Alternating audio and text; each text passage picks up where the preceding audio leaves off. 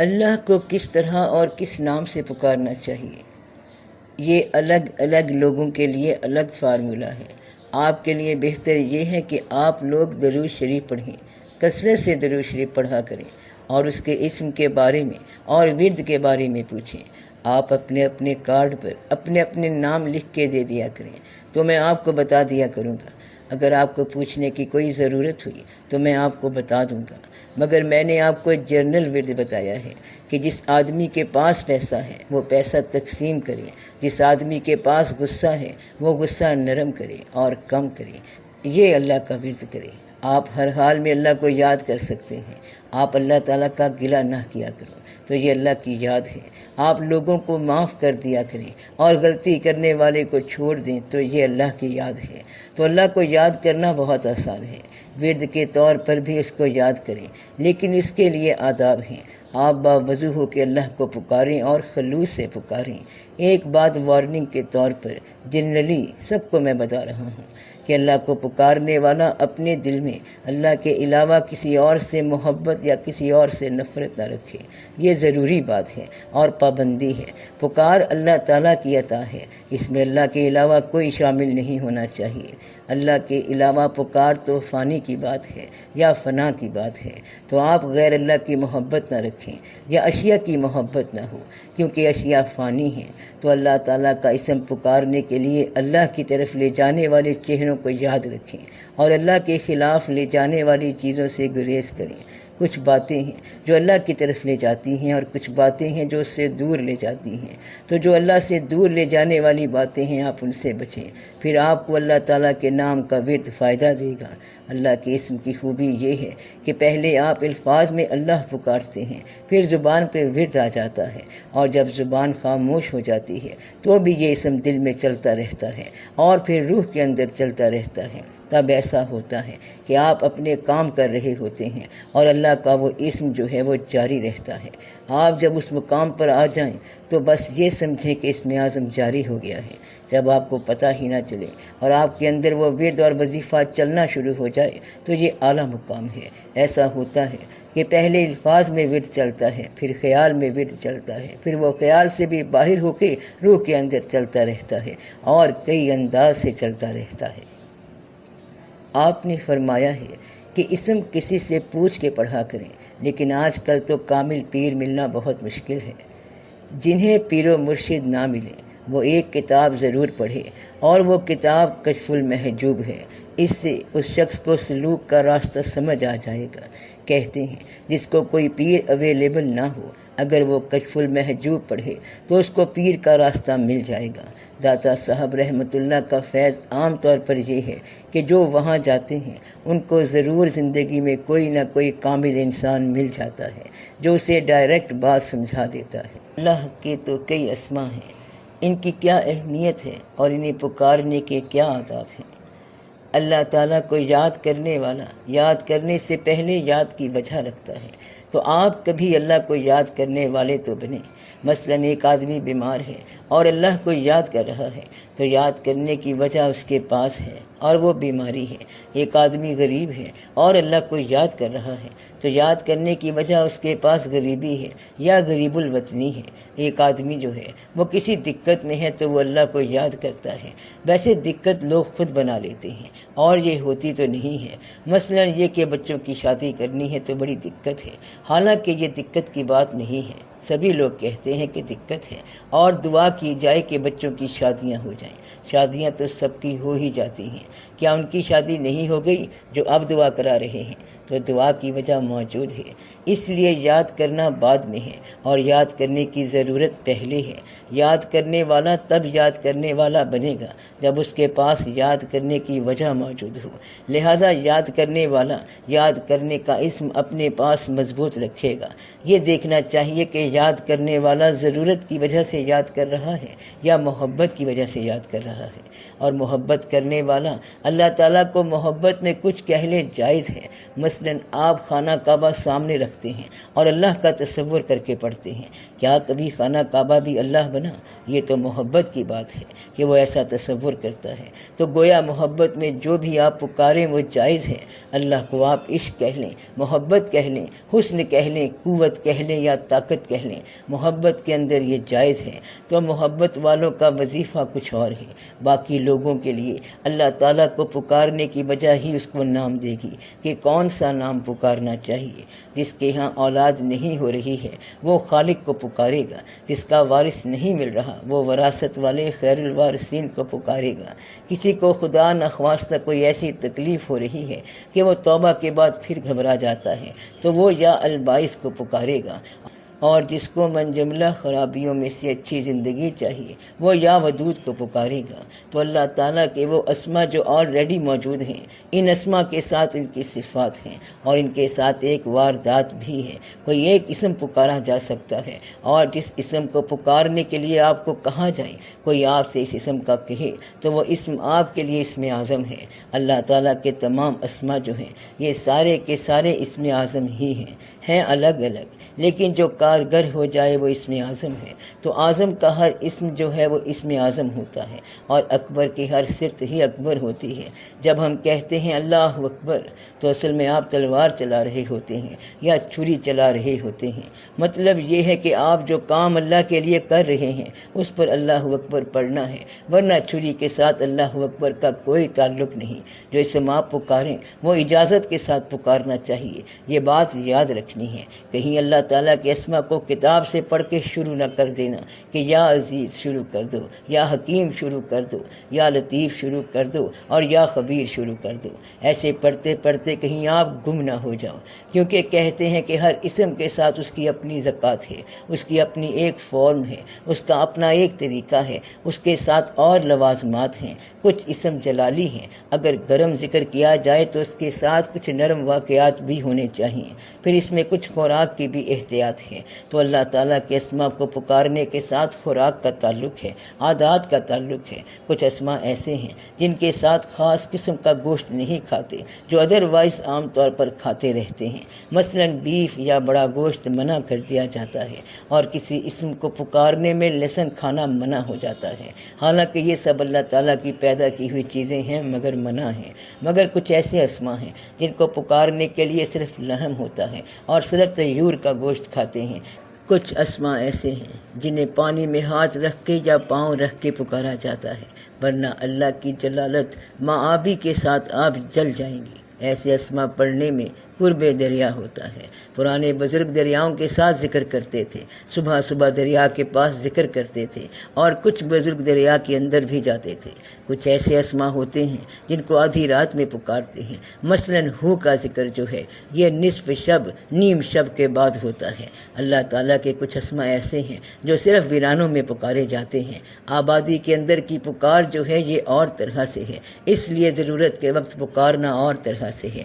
یاسین جو ہے یہ اور طرح سے پکاری جاتی ہے۔ انسان جب قرآن کریم کی صورتیں پڑھنے لگے، یاسین پڑھنی شروع کر دے تو آپ سمجھیں کہ خیریت ہے، بلکہ بہت زیادہ خیریت ہے۔ تو ہر آیت کا الگ مفہوم ہے، ہر اسم کا ایک الگ مفہوم ہے، اس کا الگ گریڈ ہے، الگ فارم ہے، الگ بندشیں ہیں اور الگ خوراک ہے۔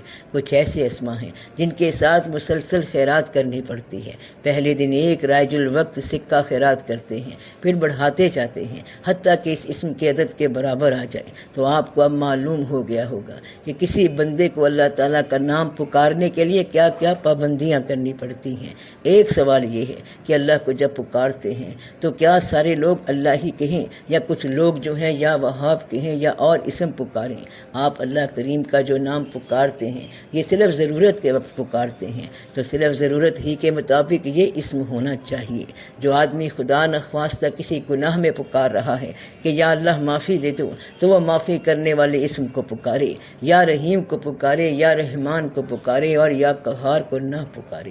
یا قہار بھی اللہ ہی کا اسم ہے، یہ پکار بھی ہے مگر اس کا مطلب کچھ اور ہے۔ یا قہار اس وقت پکارا جاتا ہے جب دشمن بلا سبب ظالم ہو جائے۔ دشمن کے ساتھ جھگڑا جو ہے اس میں دشمن ظالم نہیں کہلاتا، کیونکہ یہ تو مقابلہ ہے جو ہونا چاہیے، لیکن جب دشمن ظالم ہو جائے، کوئی طاقتور آدمی ظالم ہو جائے، تو پھر یا قہار کو پکارا جاتا ہے کہ یا قہار ذرا جلوہ دکھا اپنی قوت کا۔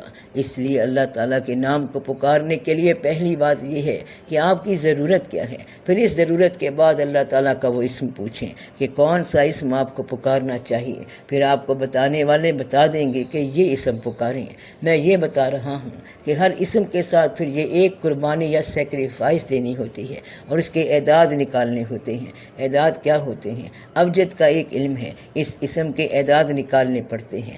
آپ کو اگر یہ وظیفہ ملا کہ یا نور پکارو تو یا نور کے اعداد جمع کر لیں، جتنے بھی اس کے اعداد بنتے ہیں اس کے مطابق خیرات شروع کر دیں، جتنی بھی آپ کر سکیں۔ اس خیرات کو ایک سے شروع کر کے بڑھاتے جائیں حتیٰ کہ وہ عدد آ جائے جو اس اسم کا عدد ہے۔ کوئی اسم ایسا نہیں جس کو آپ مستقل طور پر پکارتے جائیں، جو آپ کے حالات بدلتے جاتے ہیں اسی طرح اسماء الہی بھی آپ کے لیے بدلتے جاتے ہیں۔ مقصد یہ ہے کہ یہ ساتھ ساتھ آپ کو بتایا جاتا ہے کہ یہ کرو اور وہ کرو، حتیٰ کہ عام طور پر 99 کے 99 اسماء کا ورد آپ کو کرا دیا جاتا ہے۔ اس میں ضروری بات یہ ہے کہ وہ اسم پکاریں جیسی ضرورت ہو یا جیسے بتایا جائے، اور اس اسم کو اس کے آداب کے مطابق پکاریں۔ ایک اور جگہ پر ایک اور بات بتائی گئی ہے کہ اگر 99 آدمی اکٹھے بیٹھے ہوں اور ہر آدمی ایک ایک اسم کا عامل ہو، قاری ہو، یعنی اس نے وظیفہ کیا ہو، اور وہ سارے ایک جگہ پر بیٹھیں تو دشمن کے خلاف مکمل قوت بن سکتی ہے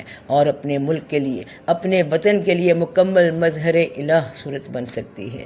اللہ ایک ایسا نام ہے جو ذاتی ہے، باقی سب صفاتی نام ہے۔ لفظ اللہ کیا ہے؟ یہ ذات ہے اور باقی اسماء صفات ہیں۔ اللہ کی صفات کے 99 عامل مل کر اگر ذات کو پکاریں، اسم اللہ کو پکاریں، تو ذات جو ہے وہ ضرور رسپونڈ کرتی ہے، ضرور جواب دیتی ہے۔ وہ جو پہلے لوگ تھے وہ اور طرح کے تھے، اور وہ اس لیے تھے کہ ان کے پاس اسماء کا عمل تھا اور وہ صرف پکارا کرتے تھے، اور آپ لوگ آدھا گھنٹہ اللہ تعالیٰ کا ذکر کرتے ہیں اور 2 گھنٹے خواہشات کو دیتے ہیں، اللہ کا گلہ کرتے ہیں اور گناہ کرتے ہیں، تو یہ تو مصیبت در مصیبت ہو گئی۔ اس لیے کہتے ہیں کہ اللہ نے میری بات نہیں سنی۔ اللہ اگر آپ کی بات سنتا تو آپ کے کہنے پر 2-4 بندے ویسے ہی مار دیتا، کیونکہ وہ لوگ آپ کے دشمن ہیں اور آپ کے مطابق پھر نار ہو جائیں، پھر سکر ہو جائیں، تباہ ہو جائیں اور برباد ہو جائیں۔ اسم کو پکارنے والے کہتے ہیں کہ سب کی خیر ہو جائے، ان کی بھی خیر ہو جائے جو ہمیں اچھا نہیں سمجھتے۔ کم ہی لوگ یہ کہتے ہیں، تو اللہ تعالیٰ کی مرضی کے مطابق خوشی سے کام کرنے دینا بہت کم لوگوں کا کام ہے، ورنہ عام طور پر لوگ اللہ کو اپنی مرضی کے مطابق چلانا چاہتے ہیں۔ ہر آدمی یہ چاہے گا کہ میرے پاس مال دنیا زیادہ ہو۔ اگر یہ بتا دیا جائے کہ اللہ غریبوں پر زیادہ راضی ہوتا ہے تو پھر بھی کم لوگ یہ کہیں گے کہ یا اللہ تو راضی ہونے کے لیے مجھے بھی غریب کر دے، بلکہ وہ کہیں گے یا اللہ تو راضی رہے اور پیسے بھی دیتا جا۔ اللہ کو اللہ کی مرضی کے مطابق چلتے رہنے دینا بہت کم لوگوں کا کام ہے، کیونکہ عام لوگ جو ہیں وہ جلد گھبرا جاتے ہیں۔ تو اللہ تعالیٰ کے اسماء کیسے پکارتے ہیں؟ اللہ تعالیٰ کے اسماء کو اللہ تعالیٰ کے بندوں کی مرضی سے شروع کیا جائے، شروع کرنے کے بعد اس کے آداب کے مطابق چلایا جائے، اور پھر بھی اس کے بعد اس کو اللہ پر چھوڑ دیا جائے، اور یہ کہا جائے کہ یہ تیری عنایت ہے کہ جو تو چاہے کرے، ڈبو دے یا اسے تو پار کر دے، یہ اللہ کی اپنی مرضی ہے۔ پھر کشتی کو خدا کے حوالے کر کے چھوڑ دیا جائے تو گھبرانے والی کوئی بات نہیں ہے۔ پھر سوال یہ ہے کہ اللہ کے کس اسم کو پکارا جائے۔ اب یہاں کچھ لوگ کہتے ہیں کہ آپ اپنے نام کے اعداد اکٹھے کریں، فرض کریں آپ کے نام کے اعداد جو ہیں وہ 421 ہوں، تو آپ اس میں ان اعداد کو جمع کر لیں تو یہ 7 ہو جائیں گے۔ اسی طرح اللہ تعالیٰ کے جو اسماء ہیں ان میں ہر اسم کا ایک عدد نکل آئے گا، تو اللہ کے اسم کا وہ عدد جو آپ کے نام کی عدد کے ساتھ ایگری کرتا ہے، ٹیلی کرتا ہے، اس اسم کا آپ ورد کرنا شروع کر دیں تو وہ اسم آپ کے لیے اسم اعظم ہوگا۔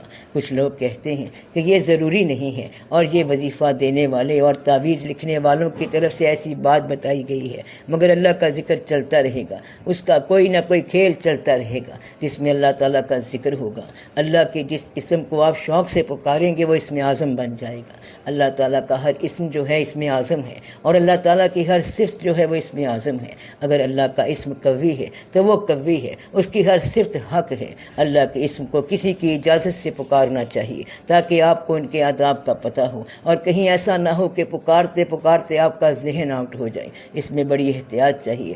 عام طور پر اللہ تعالیٰ کا اسم پکارنے سے پہلے درود شریف سفیشینٹلی پڑھ لیا جائے، بہت کثرت سے پڑھا جائے، اور پھر اللہ کا اسم پکارا جائے۔ پکارنے کے بعد پھر کثرت سے درود شریف پڑھ لیا جائے۔ اللہ تعالیٰ کو صرف پکارا جائے اور اسے مجبور نہ کیا جائے۔ وہ مجبور نہیں ہو سکتا کیونکہ وہ مالک ہے۔ فارمولے کے مطابق آپ اسے یہ نہیں کہہ سکتے کہ ہم نے آپ کو 200 دفعہ پکارا ہے، لہٰذا آپ ہماری یہ بات ضرور پوری کریں، کیونکہ آپ نے کتاب میں لکھا ہے۔ یہ اللہ کی مرضی ہے کہ وہ آپ کی بات پوری کرے یا نہ کرے، اس کا یہ اختیار رہنے دو۔ اگر اس کا ارادہ ہوگا تو پوری کر دے گا، اور ارادہ ہوگا تو بن مانگے دے دے گا۔ اگر وہ نہ دینا چاہے تو مانگنے والوں کو نہ دے، چاہے تو غریبوں کے گھر میں سہولت پیدا کر دے، دولت مندوں کے گھر میں غریبی پیدا کر دے، نہ ماننے والوں کے گھر میں پیغمبر پیدا کر دے، اور پیغمبر کے گھر میں نافرمان پیدا کر دے۔ وہ مالک ہے، اس لیے اس کو اس کے مقام پر رہنے دیا جائے۔ تو سب سے ضروری اسم کیا ہے؟ لوگ ایسے بھی پکارتے ہیں کہ اے حضرت محمد صلی اللہ علیہ وآلہ وسلم کے اللہ، اے خدائے مصطفیٰ صلی اللہ علیہ وسلم۔ یا اللہ جو ہے یہ سارے کا سارا جامعہ اسم ہے۔ یا اللہ پکارنے سے سب کام ہوتا ہے، مگر اسے ضرورت کے علاوہ پکارا جائے اور شوق سے پکارا جائے، پھر جو اسم پکارا جائے گا وہ صحیح ہے۔ اگر آپ ضرورت میں اسم پکاریں گے تو پھر آپ وہی ضرورت کے لوگ ہی ہوں گے جو کہ جب بھی داتا رحمت اللہ کے دروازے جاتے ہیں کوئی نہ کوئی سوال لے کے جاتے ہیں۔ ایسے لوگوں کی اگر وہ ضرورت پوری ہو جائے تو فارغ ہو جاتے ہیں، ورنہ باغی ہو جاتے ہیں۔ تو ضرورت میں پکارنے والا دونوں حالتوں میں خدا کو چھوڑ جائے گا، یعنی اگر اس کی ضرورت پوری ہو گئی تب بھی وہ خدا کو چھوڑ جائے گا، اور اگر ضرورت پوری نہ ہوئی تب بھی خدا کو چھوڑ جائے گا۔ ضرورت والا شخص کہتا ہے کہ میں نے 10 سال اس کو پکارا، بڑی نمازیں پڑھیں، بڑی عبادتیں کی، تسبیح کرتے رہے، تہجد پڑھتے رہے، مگر وہ واقعہ ہو گیا ہے جو واقعہ نہیں ہونا چاہیے تھا، اور اس سے دل ہمارا ٹوٹ گیا ہے، خدا نے میری بات نہیں سنی۔ تو ایسا شخص بات پوری نہ ہونے پر خدا کو چھوڑ جائے گا، اور اگر اس کی بات پوری ہو گئی تو بھی وہ خدا کو چھوڑ جائے گا۔ مثلاً اس کی بات پوری ہو گئی تو وہ کہے گا کہ اللہ کی مہربانی ہے، اب کارخانہ چلنے لگ گیا ہے، لیکن اب اس کی یاد کا وقت میرے پاس نہیں ہے، لہٰذا ضرورت میں اللہ کو پکارنے والا ضرورت پوری ہو جائے تو اللہ کو چھوڑ جاتا ہے، اور ضرورت پوری نہ ہو تو بد دل ہو کے چھوڑ جاتا ہے۔ تو آپ ضرورت کے بغیر ہی اللہ کو پکارا کریں، پکارنا آپ کا کام ہے، اور آپ پکارتے جائیں۔